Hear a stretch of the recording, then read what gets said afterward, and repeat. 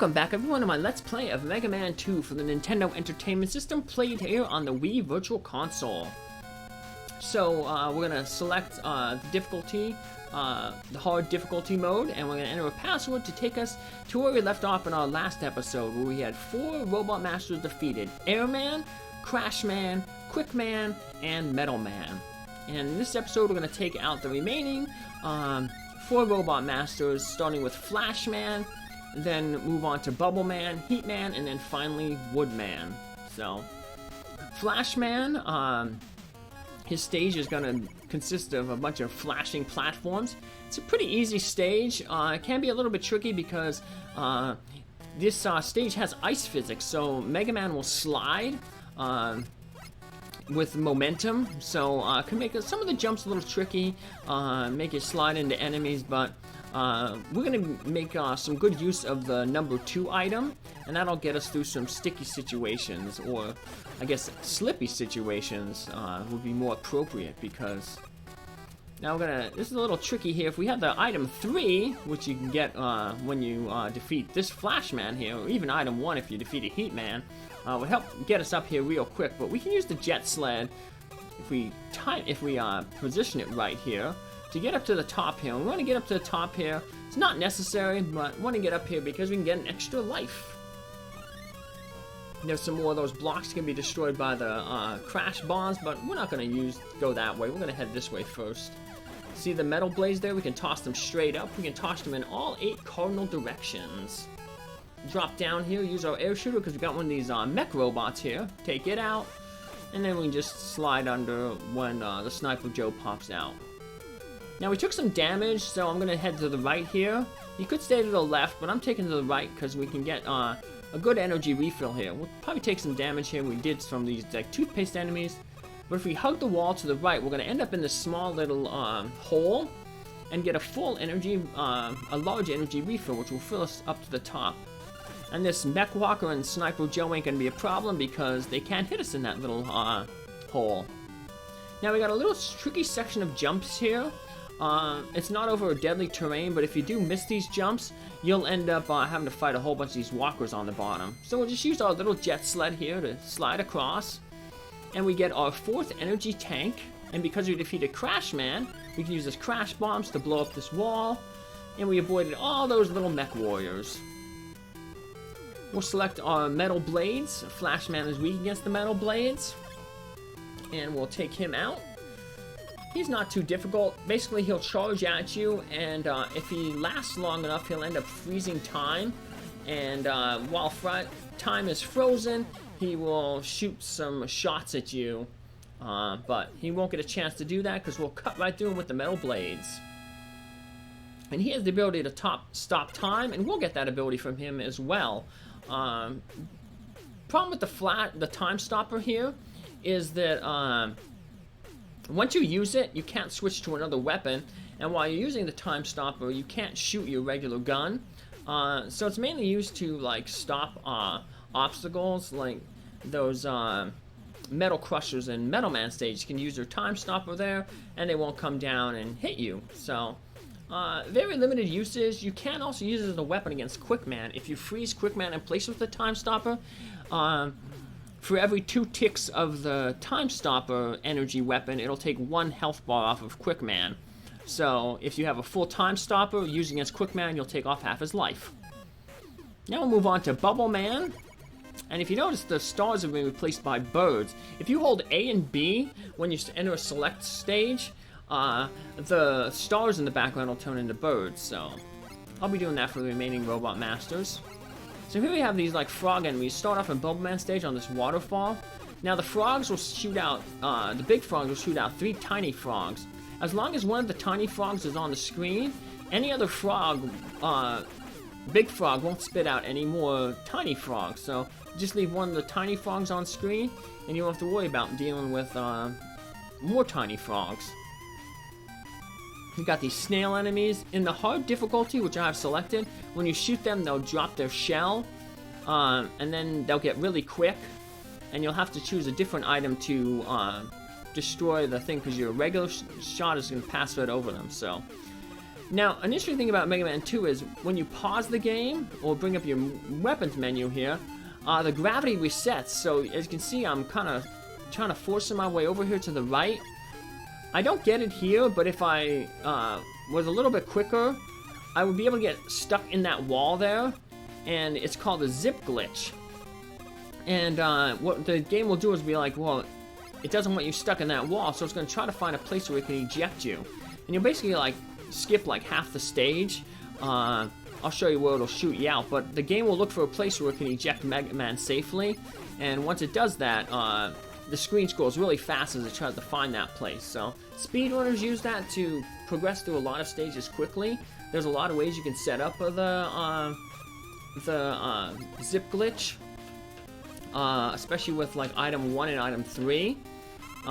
Get caught in ceilings, but I'm not going to be doing any of that because, one, I don't speedrun, and this is more like for casual gamers, like the way I play these games. So the game would have ejected you right there where there's no ceiling.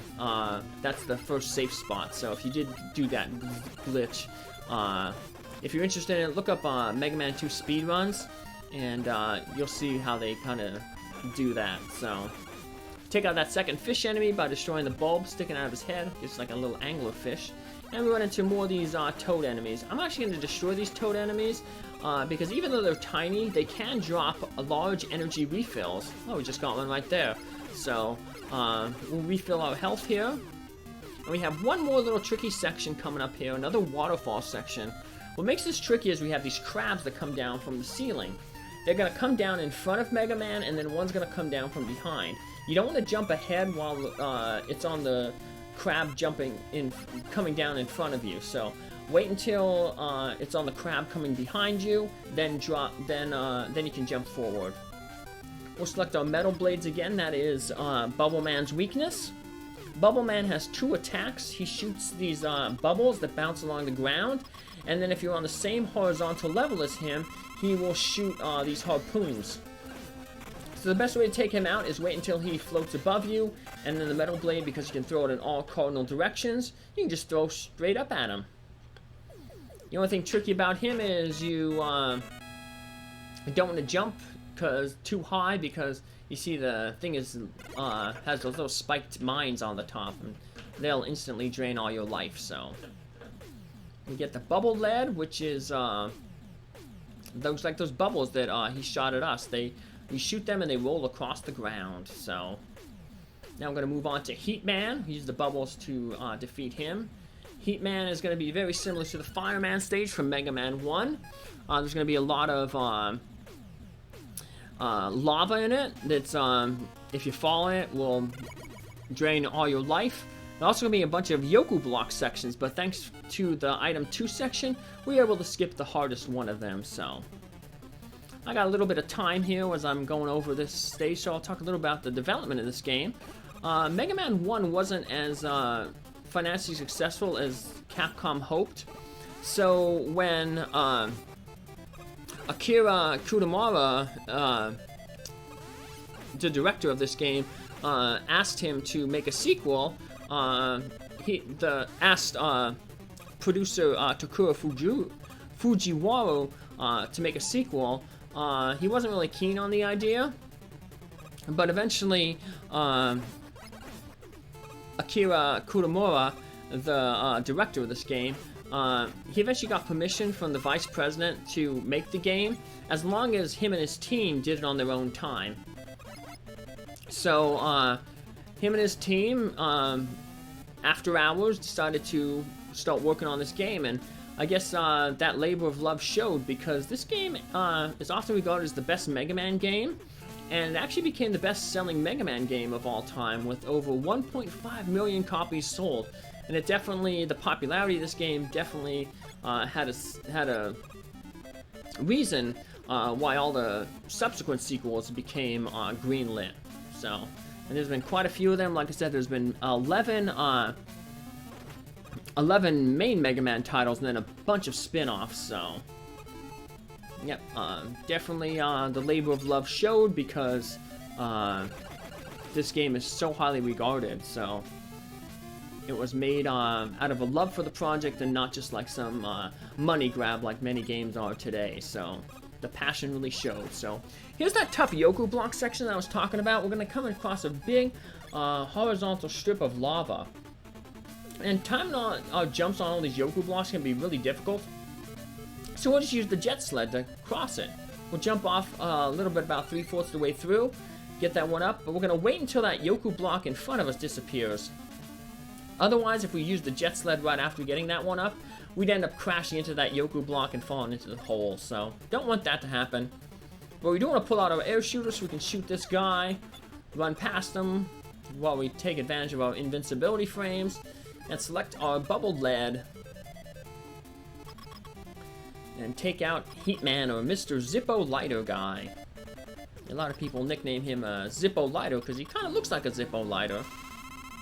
So now what's going to happen is he's going to he shoots fire at you, but if you shoot him real quick, he won't get a chance to shoot the fire. And instead what he'll do is he'll get that protective flame around him, and then he'll charge at you. Just jump over him when he charges, and then quick turn around, shoot him with the bubble lead, and he'll never shoot those little rows of fire that he shot initially. So now we're going to get the atomic fire weapon here, which, and we'll also get item number 1, the propeller little helicopter little platform. Now, the interesting thing about the heat weapon is it's an example of a charge weapon. When you select it, you can just shoot it regularly, and it shoots a little fireball. You can hold down the fire button, though, and Mega Man will start glowing. And he'll glow in different phases. And the longer you hold down the button, the more powerful the fireball will be, and the bigger it'll get. So it's kind of like a precursor to the Mega Buster, the charge shot, that Mega Man will get starting in Mega Man 4. So, but yeah, with the fully charged Heat Blast, on normal difficulty, you can take one Woodman out in one hit, which I guess makes sense because he's made of wood and wood burns. With the more difficult level, though, difficulty that we're doing, the hard difficulty, he's going to take 2 of those charge shots. But Woodman is kind of weak against a lot of weapons. And I'll point that out when we get to him. But normally you can use the fire shot, the atomic heat on him. He has a wood shield, and the air shooter can go through the wood shield to damage him with that. You can shoot a crash bomb at him, and the explosion, when it hits the wood shield, will deal damage to him. And when he's unshielded, you can also hit him with the metal blade. So yeah, a lot of robots in this game have multiple weaknesses. So now we got these like flame dog enemies here, and I'll charge up a heat shot here. If we get to the highest level, we can shoot it, destroy him in one shot. We're gonna have 2 more of those dogs to fight, but if we use the flash stopper, we freeze time and the dogs won't drop down. So one would have normally dropped down there, and then another one would have dropped over here, but since we used the time stopper, they don't ever drop down from the ceiling. So like I said, time stopper mainly used to just avoid difficult obstacles. Now, metal blades are going to be really important in this next coming area. We're going to be traversing like across the top of a tree here, and we got these monkeys that pop up. If you get close to the monkeys, they will. Well, a lot of 1-ups there. 2 of them. Meg Man 5 reference. We'll talk about that in a little bit. But if you get close to the monkeys, they'll jump up onto the platform that you're at. So if you have the metal blade, you can shoot diagonally down at them and take them out before they jump up. Metal blades can also be used, you can aim up diagonally to take out those birds before they drop their eggs. I said Meg Man 5 reference because Meg Man 5 is notorious for dropping a lot of 1-ups. The drop rate apparently hasn't changed in the games, according to my knowledge or sources that I've read. But Mega Man 5 is really packed full of enemies. So you're fighting a lot of enemies and destroying a lot of enemies, and because of that, the chance of 1-up dropping is just increased because you're defeating so many enemies. So a lot of people make the joke that whenever you get a 1-up, it's a Mega Man 5 thing. So But here we'll start with Woodman. We'll just shoot a crash bomb. If the crash bomb hits the wood shield, it'll gonna explode on the wood shield, and it'll keep doing damage. When he's unshielded, we can hit him with metal blades. When he's shielded, we can use the air shooter to go through the shield. Or we can also, when he's unshielded, charge up heat atomic fire and hit him with the atomic fire. And two of them will take fully charged atomic fires will take him out. But I can do that in the boss refights. So yeah, there's several ways to fight the different bosses. And here we're gonna get the leaf shield, the first of the major shield type items in the game. Now, the fire shot in the first game kind of made a shield around you, but this is the first like dedicated shield. It's going to be revamped in future games. In this game, though, you just summon a shield, and as long as you stay still, it'll rotate around you, and then you fire it off in the direction that you move. So if you press up, the shield will shoot up to the top, down, down, left to the left, right to the right. So it's good for when you're stationary on like a moving platform like the ones in Crash Man's level. But speaking of levels, Dr. Wily has created a new fortress, and that's what we're going to pick up in our next episode. Take care, have a good day. Bye!